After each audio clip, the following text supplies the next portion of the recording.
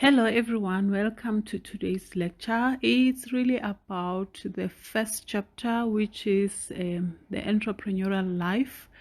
It's a recap really on what an entrepreneur is and all the various options that are available if you need to become an entrepreneur. But I think you've already had an encounter in your first year where you had a full description of what entrepreneurship is all about. But you will notice that in all the chapters, they are exactly going to be 5 minutes, and I'm going to make sure that I just recap on everything. I won't talk in detail.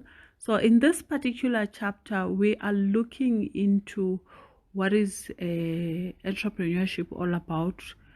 How does an entrepreneur leave their comfort zone and jump on the wagon of becoming a job creator instead of a job seeker? So in the beginning of the chapter, it just gives you an overview or an explanation in terms of what is the difference between a small business and an entrepreneurial opportunity.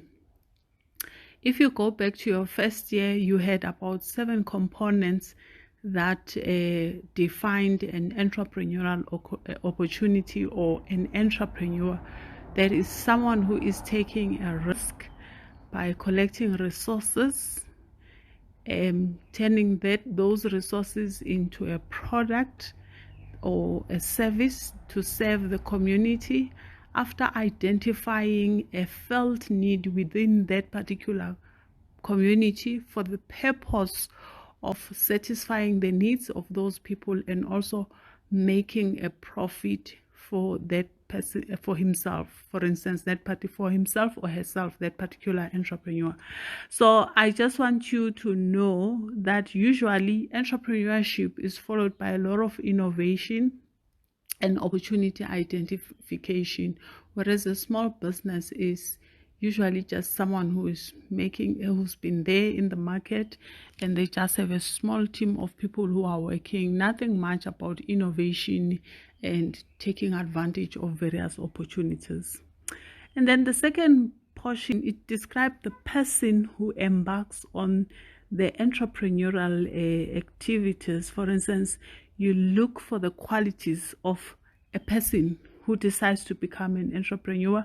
You are going to see a lot of information when you are doing your online course on Allison on key elements of entrepreneurs. You learned a lot from that exercise, but here they just give you an overview of what kind of a person needs to become an entrepreneur, because ego can get into the way of your success. So there are various people. Some come into the entrepreneurship space and start businesses from scratch. Others embark on buying franchises because there's not a lot of work there to do.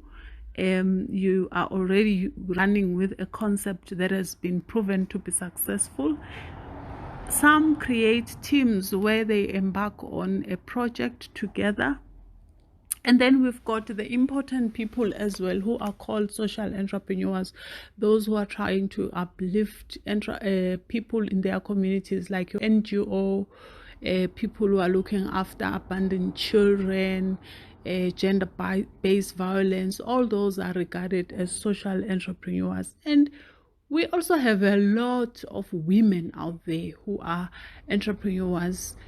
In most cases, you would find that a lot of women get into the entrepreneurship space to assist their families, to assist their community, and they are not really in for the profit. They've got this felt need that they really need to make a difference within their community. So women entrepreneurs are very important, although they may not be as competitive as male entrepreneurs.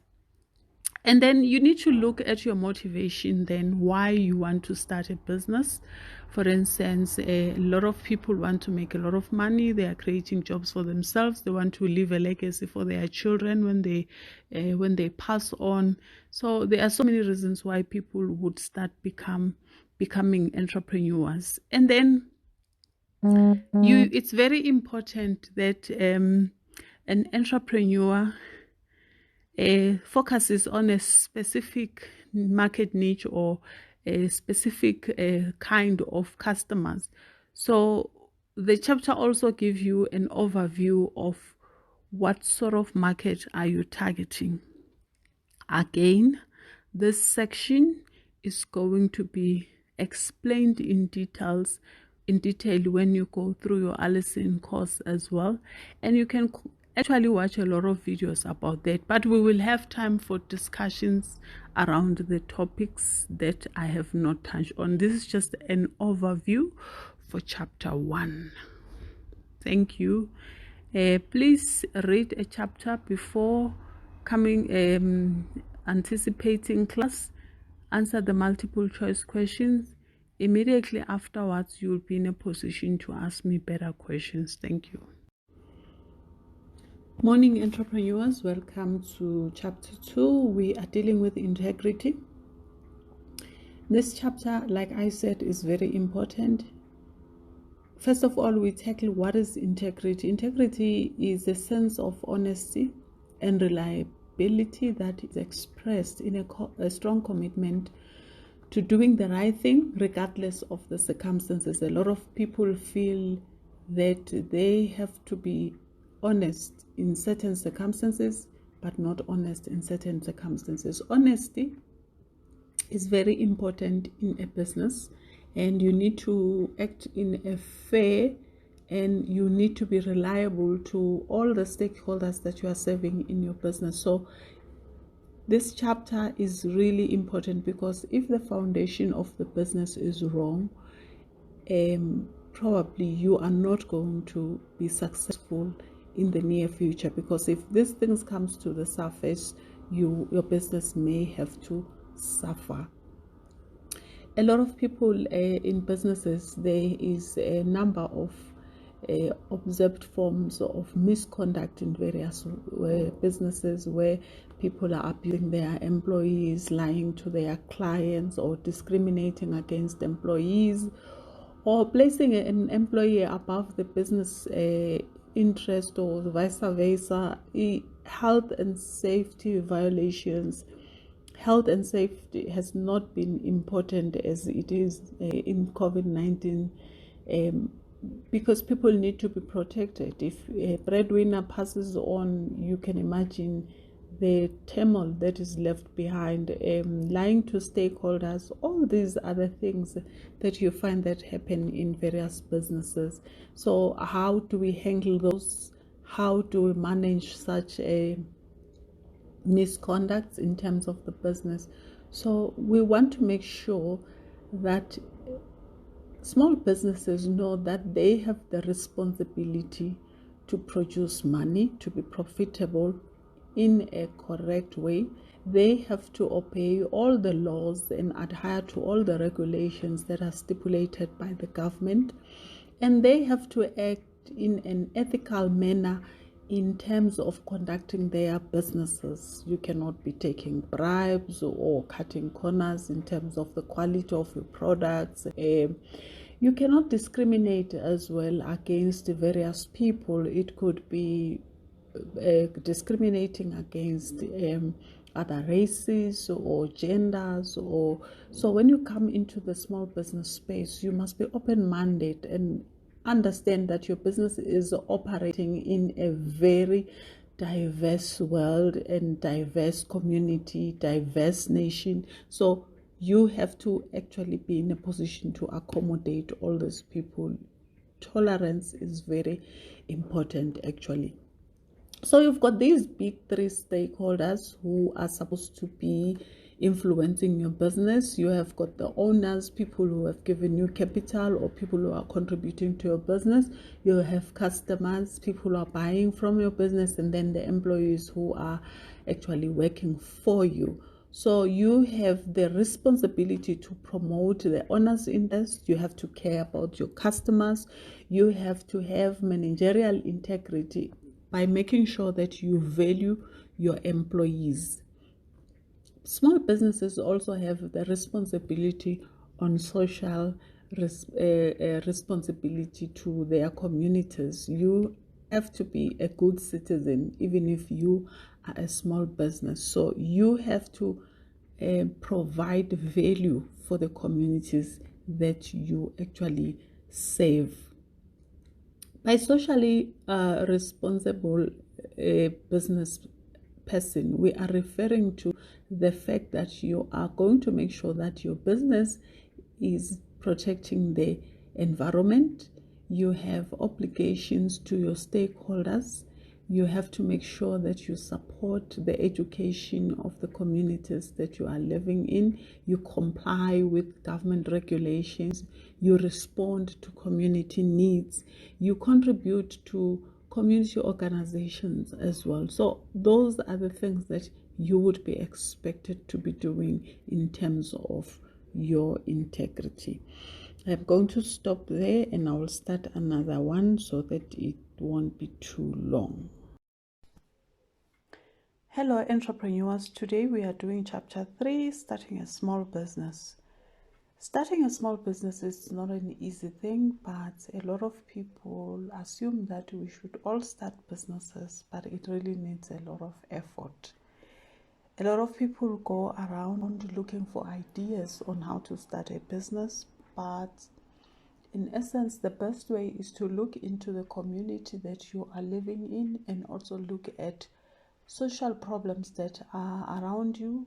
Under normal circumstances, if you focus on what is going on around you and you try to come up with an idea that will add value to people's lives, that's when you usually are more likely to succeed in your startup idea.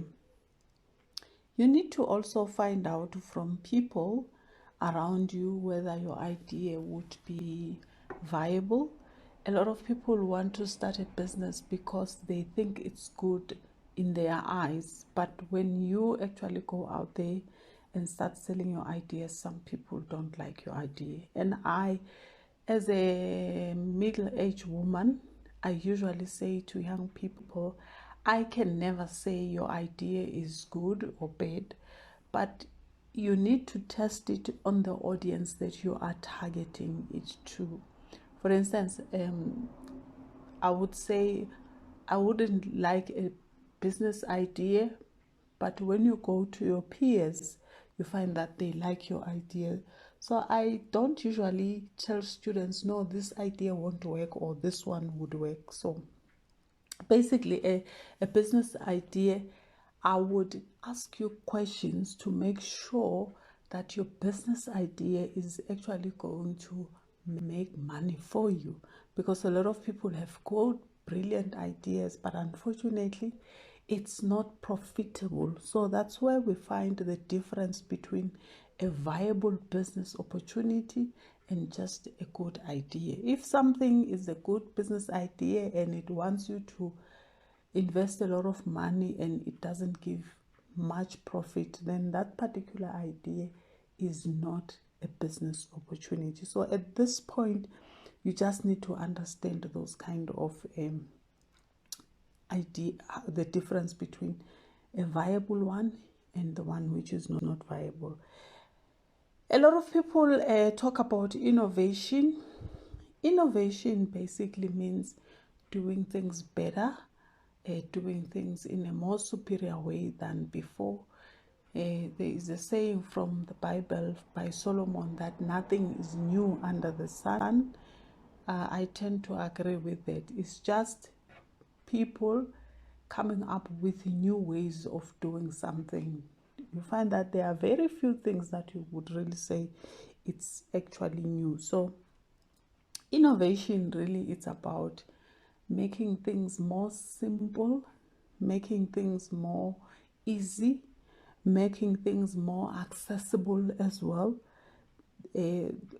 Because some people think when you are being innovative, you are coming up with something totally new. It's almost impossible. So what I usually ask my students to do in terms of business ideas, any business idea that comes to your mind, please go online and Google it and see if there is anyone who has actually thought of that idea.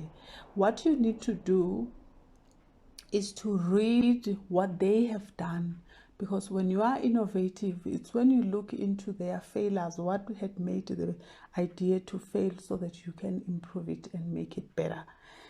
In this section, I'm just trying to give you an idea on how you generate good business ideas. I've already given you an article that talks about starting a business without money. Please read through that article. It's going to be very helpful for you, because I feel that you can still start a business even if you do not have money in the bank, because there are many other servicing kind of businesses that you can do, like washing people's laundry, like doing garden, doing people's nails.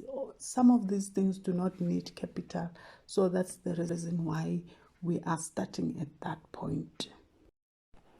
Okay, I'm continuing with chapter 3. I just want to focus now on selecting strategies that capture opportunities.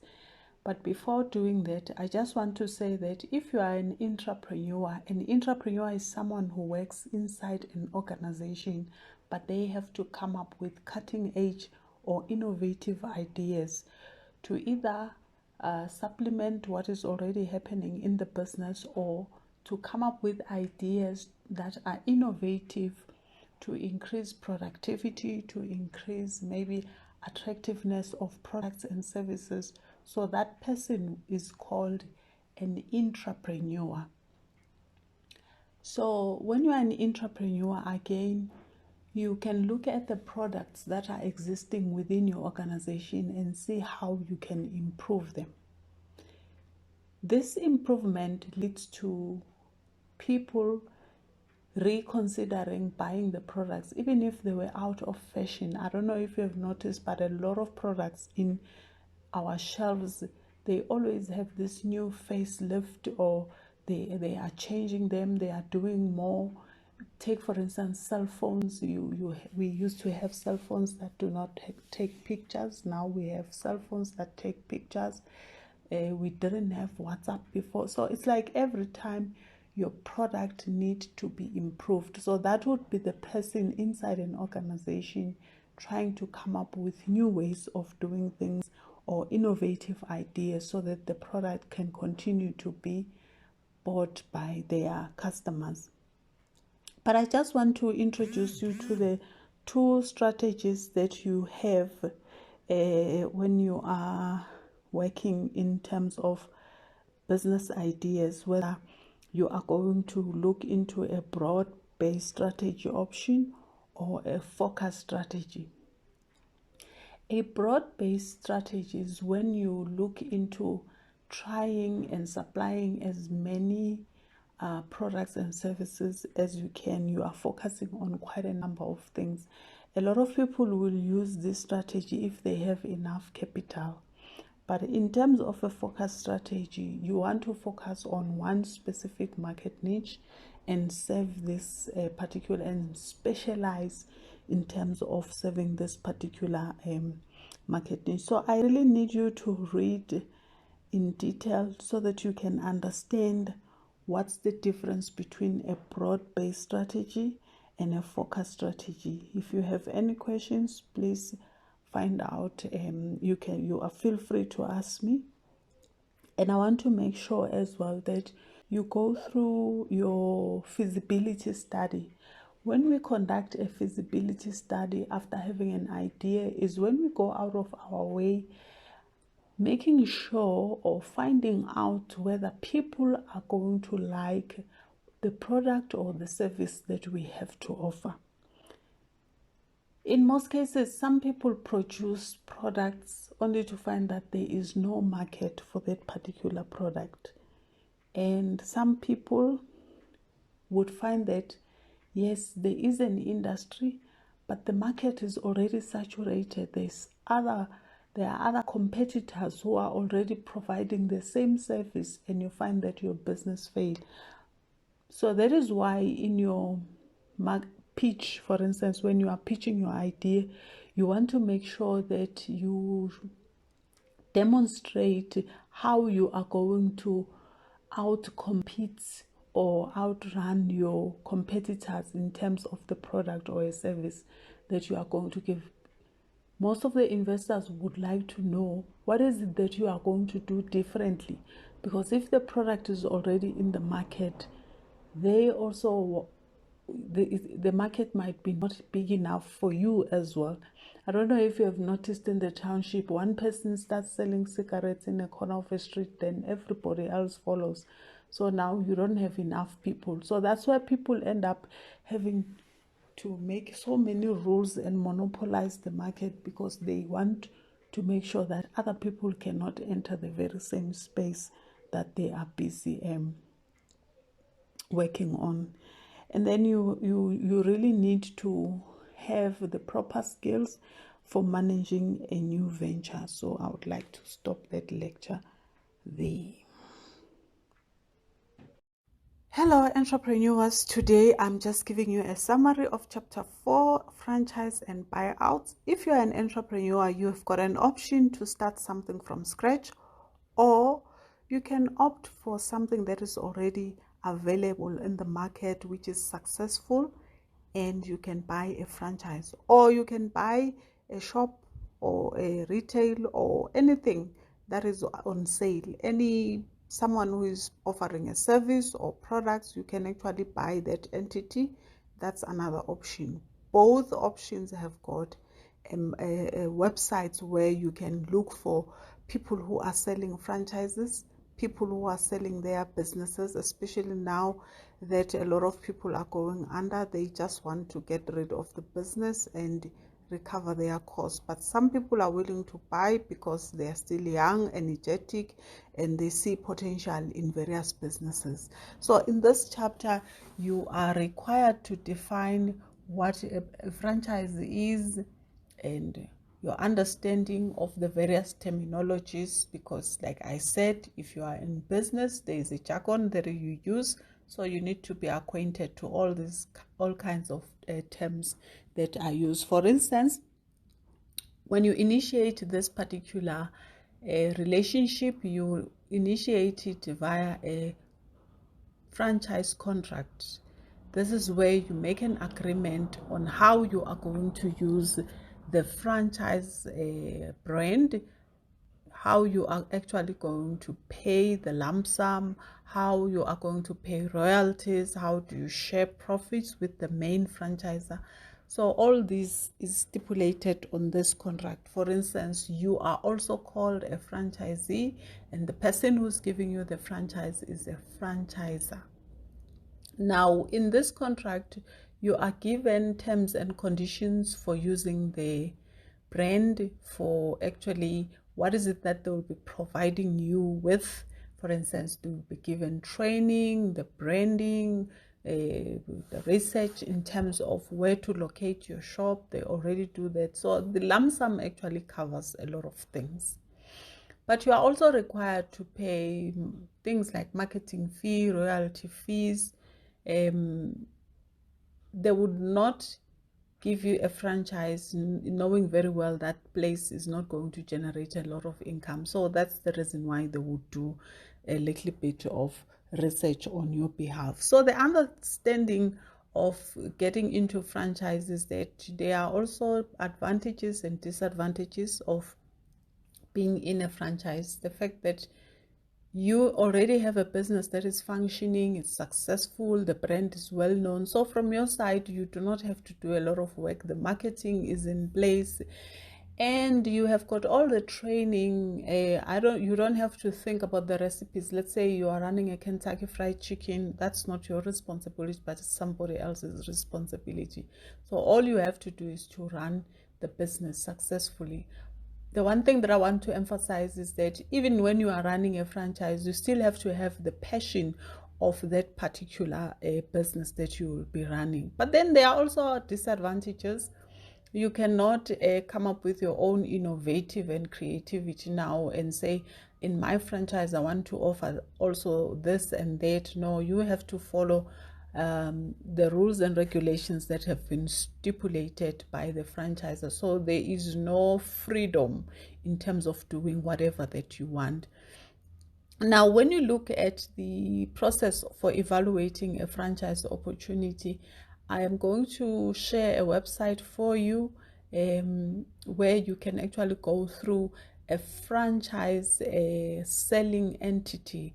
You've got all different kinds of entities that are selling franchises. So this will give you an opportunity on how you can select one for yourself, because if I start my own business and I want to franchise it, there are certain rules and regulations that I have to follow, and I have to look at the operating system, the operations of the business. If they can be replicated and be done elsewhere easily by other people without my heavily supervision, then it means that particular franchise can be successful. Now, when you buy a business, obviously you have done this in your first year. There are many reasons why people buy readily available businesses. I think you had in detailed discussions on these processes. So it's still exactly the same as we discussed it last year. So I think that is the end of my summary. Hello entrepreneurs, today we are looking at the family business, which is chapter 5. I think most people would agree with me that most businesses start out as a family business. I remember having a boss from Liberty where Mr. Godin told us a story on how his father worked for so many years, but when he retired, he didn't have nothing on his name, and that is how he started Liberty Life. Now, when you look at a family business, it's really about taking care of the family. Sometimes it's about creating a legacy for your children. So there are so many reasons why people would have to start a family business. But I think as well, you learn a lot from a family business compared to just a mere job, because in a family business, your parents or whoever that has started the business wants you to have more experience and knowledge on how to run a business, so that if they are no longer there, you would be in a position to actually continue with the business. So sometimes the emphasis on the family business is about promoting a certain culture as well, and committing certain family members to create a legacy. But then unfortunately, some children are not necessarily interested in continuing with family business. They have their own careers that they want to pursue. So now you actually have to find people from outside to continue with some of the family legacies. So you have different people starting a family. It could be mom and dad, it could be sons and daughters or siblings working together. But then there are so many challenges, like if family business is not well constructed in terms of documenting on how they are going to conduct the business, and even the succession plan, who is taking over when the main founder is no longer there. Those are the challenges that are experienced in a family business. So in a business that is established as a family business, you've got two structures: the family business as a system, and also the business as a structure that is supposed to be followed in any case, like any other business. But now the challenges are usually coming in when you don't have proper family structures that would regulate the activities of that particular family. how you treat non-family employees compared to family employees. How do you go for family retreats where you can actually sit down and iron out any challenges that you are experiencing as a business? Family councils for making sure that people are disciplined and they adhere to the rules and regulations.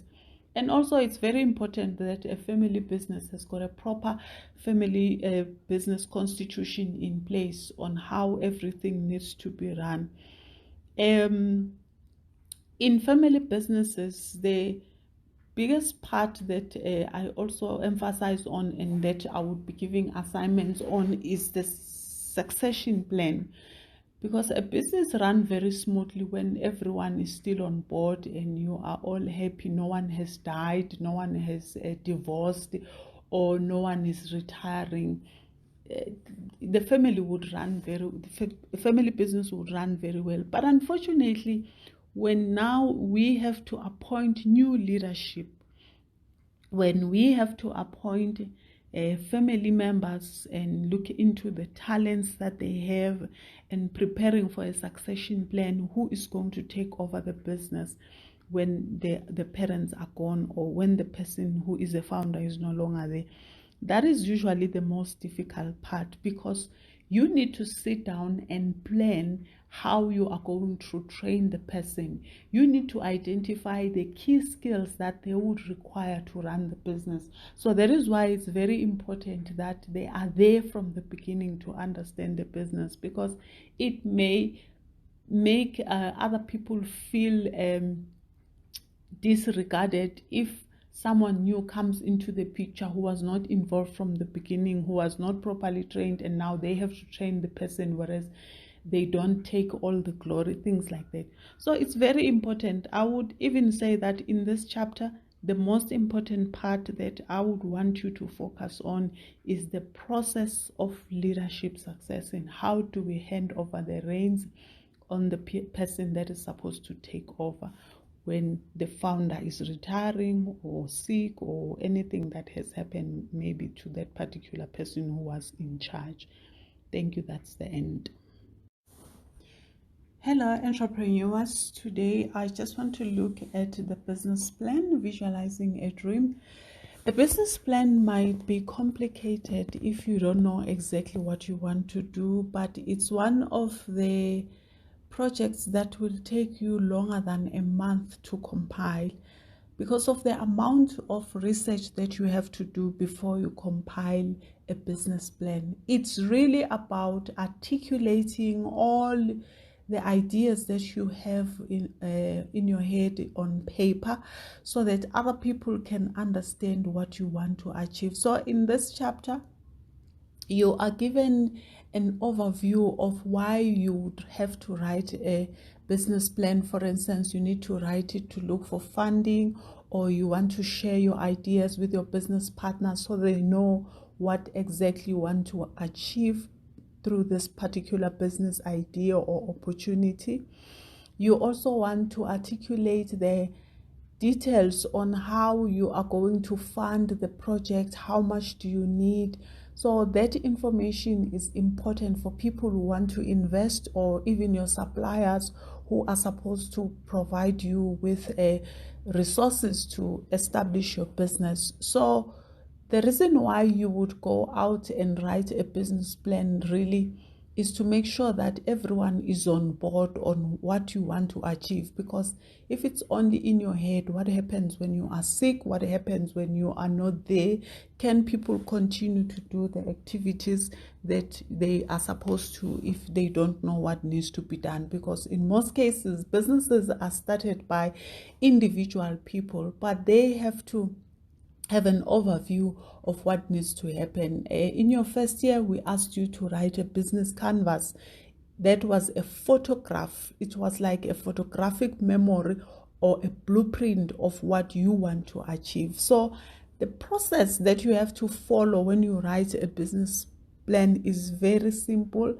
You would have a number of templates giving you ideas on what questions to ask yourself. But I think once you have had the opportunity of writing a business canvas or a business model, you can actually use that particular business canvas to actually give meat into your business plan.